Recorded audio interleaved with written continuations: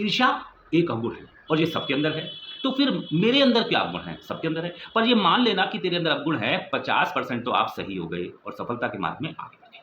Doctor Amrish Sharma की सुबह miracle morning में रहकर आज जो मैंने सीखा है, क्योंकि वो हमें सिखाते हैं एक्शन टेकर बनना होगा। जो आज क्लास में सीखा है, जल्दी से जल्दी आपको वीडियो बनाकर हमें उस ग्रुप में डालना होता है।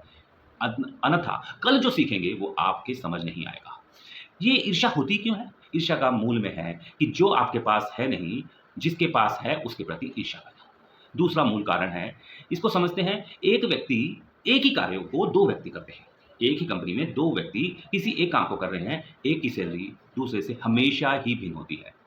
किसी की 30,000, किसी की 80,000। ऐसा होता क्यों है? एक उदाहरण से बताता हूँ। एक राजा के पास एक मंत्री, दूसरे मंत्रीगण आए कि मैं आपके मंत्री से श्रेष्ठ हूँ, क्योंकि मैंने उसी कॉलेज में पढ़ाई करी है, उसी स्कूल में पढ़ाई करी है और मैं उससे श्रेष्ठ हूँ, मुझे क्यों नहीं मंत्री पद दिया जाता? राजा ने उस वक़्त उसकी बात सुन ली और कल उसको सभा में बुला लिया। सभा में बुलाया दोनों को और दोनों को एक टास्क दिया गया। उनको बोला कि आप उत्तर दिशा में जाएँ और जिस घर में एक बच्चा हुआ है, उसके बारे में जानकारी लेके आएँ, हुआ है या नहीं।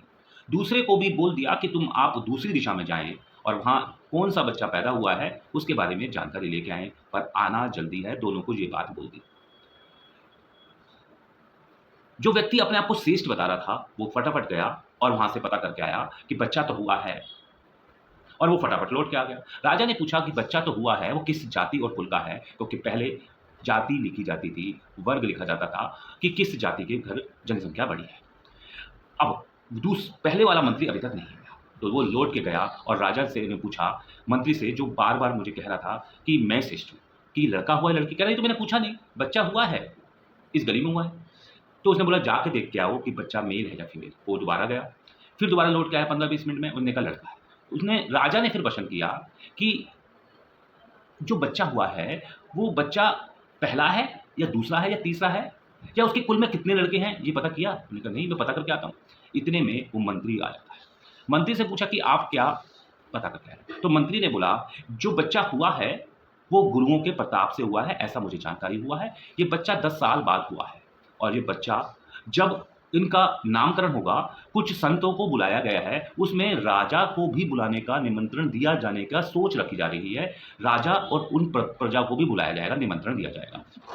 वहाँ पर जो संत आएँगे, वो कथा भी करेंगे और ऐसा कहा जा रहा है ज्योतिष के अनुसार कि ये बच्चा बहुत श्रेष्ठ होगा। ये जिस कुल में पैदा हुआ है, उनके दादा भी ज्योतिष हैं, ज्योतिषाचार्य हैं। तो ऐसा एक बार जाकर वो सब कुछ ले आया जानकारी, पर ये नया मंत्री जो चाह रहा था कि मैं मंत्री बनूँ, वो जानकारी पूरी नहीं ले पाया।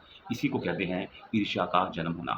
कार्य पूरा करना नहीं, दूसरे को श्रेष्ठ समझकर उसके जैसा बनने में ईर्ष्या होती है और ईर्ष्या से किसी का लाभ नहीं होता और ईर्ष्या से लाभ तब होता है जब वो एक्शन टेकर होता है। आप भी एक्शन टेकर बने। मैं डॉक्टर अमरेश शर्मा को थैंक्स करना चाहूँगा कि क्लास में रहकर आज मैंने सीखा है कि ईर्ष्या के गर्भ में दूसरों के प्रति जो नहीं है, वो पाने की लालसा ही हमें ईर्ष्या पैदा करता है। अगर आप भी ऐसी क्लास को ग्रहण करना चाहते हैं और अपने अंदर बदलाव चाहते हैं, तो इस क्लास में ज़रूर आएँ। Thank you so much.